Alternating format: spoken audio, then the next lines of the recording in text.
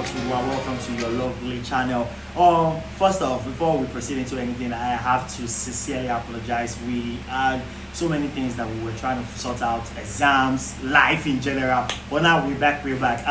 So what I'm going to do is I'm going to quickly run through the games that we are going to be having this week. But before I do so, I'm going to touch on certain games that I felt touched my heart as a Liverpool fan. You all know this is Man and Talks Football, not just Man and Talks Liverpool. But at the moment, that is what is currently bothering me. I've just put it aside and not really thought about it and just focused on sporty. But I have to talk about it. The last game, the game against Crystal Palace, Liverpool lost 2-1. I know, yes, it was a very late goal that we considered 2-1 to Palace, which is one of the most informed teams in the world because they are currently 19 games unbeaten. But it doesn't mean that we are Liverpool for a reason. I don't know, I saw something that gave me cause for concern. That's the right word. It gave me cause for concern. I'm not really happy about what I saw from how we played out from the back and how it felt like every ball that they used in attacking us felt like they were going to score. So I don't know. It felt like I feel there's certain things that I watched even after also the Champions League game. I pinpointed something that I think there's something that is wrong. And number one is McAllister. There's a midfield imbalance in that team. I'm not going to go straight to accusing, talking about maybe it's because of his only Florian Wirtz. No, because Florian Wirtz have created the most chances in Europe top 5 leagues. So he has been doing his own part. But the only thing is that he has caused an imbalance in the team. What I mean by that now is for the manager to have to fix up and know how he can accommodate Florian Wirtz in that midfield, because that's the imbalance that I don't like that I've been seeing in the team. So I feel it's something that I don't want to happen. I want to show whereby the balance is there. And I think for us to get that balance, we need to just go back to the midfield we played last season and play Florian Wirtz off the wing. If it's possible for him to play almost like an inverted winger, so Boslai has to come back to that midfield.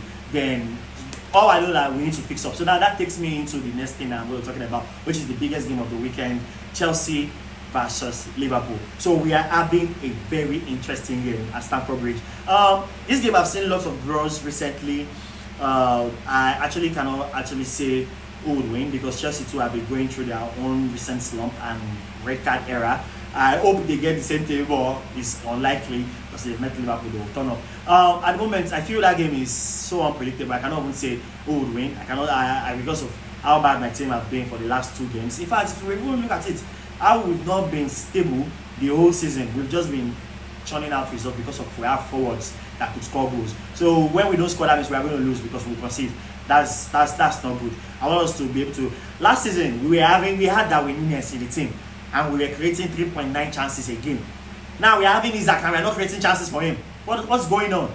So we need to fix up. The game is going to be won and lost in the midfield. Chelsea, the only thing I can say is that Chelsea don't have enough firepower up front because they are going to be missing certain players like Opama, which is very important, integral in that they create chances. So if I know that manager, once he's playing a big team, he usually reverts to type. You would see Gusto in right back, then Rhys James will enter midfield, and Enzo and Caicedo. He likes to choke the midfield, but recently he has been playing Santos, so I don't really know what to expect from that team. But what I want to see from Liverpool is I don't know if Ekitike is going to be out, and something about listening. If he knows that this is how it's going to be, please just go.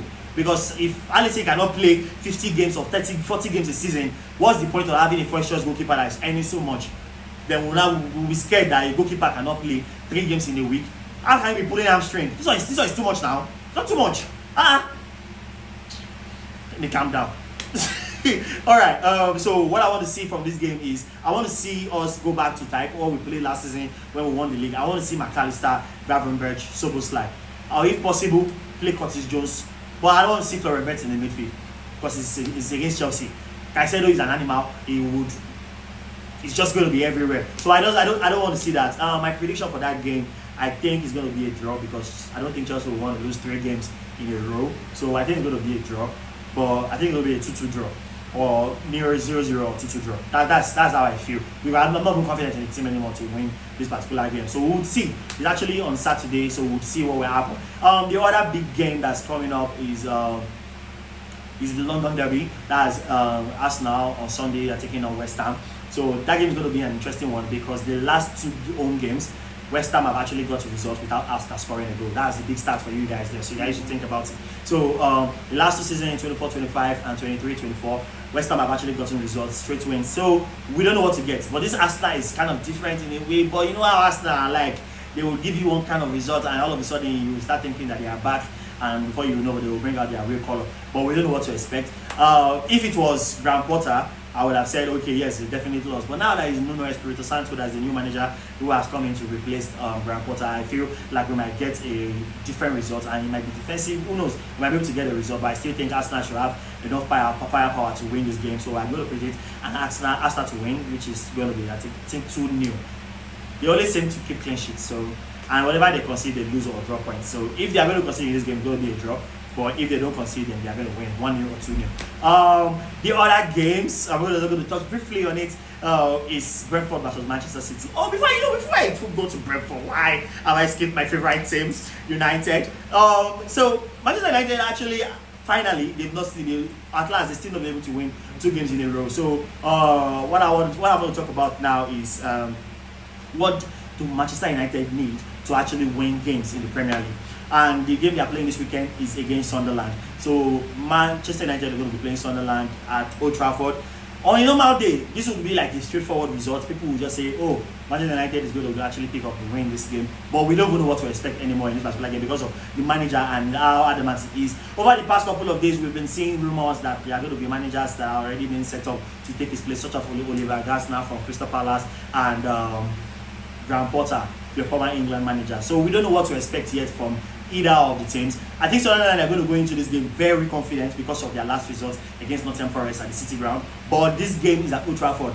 If there's any time for Sunderland to actually get a result against United, it will be this weekend. I'm going to predict, usually Man U lose 1, win 1, draw 1. That's kind of how they operate at the moment. But this game, I actually want to predict a upset. And I don't think it's going to be an upset if Sunderland win. But when you look at it on paper, it should be an upset. So I'm going to go for Sunderland to win 2-1. You guys might tell me, just tell me what you think. If you think that's going to happen, fine. If you don't think it's going to happen, just let me know. So now, moving on, I'm going to go straight to La Liga. We are having some interesting game this weekend in La Liga. Real Madrid versus Villarreal, and Barcelona is taking on Sevilla at Sanchez Pizjuan. So, Madrid, Villarreal. That game is going to be a very tricky one for Real Madrid because Villarreal have been one of their bogey teams over the last 4 seasons. Last 3 seasons they played 3-3. On last season they played 4-4, even at the Bernabeu. So it's not as if it is a straight win or a straight result for Madrid. So I think it's going to be a tricky one for Real Madrid. But as a Barca fan, I want to see Madrid drop points. But I think they're just going to have a lot for Villarreal.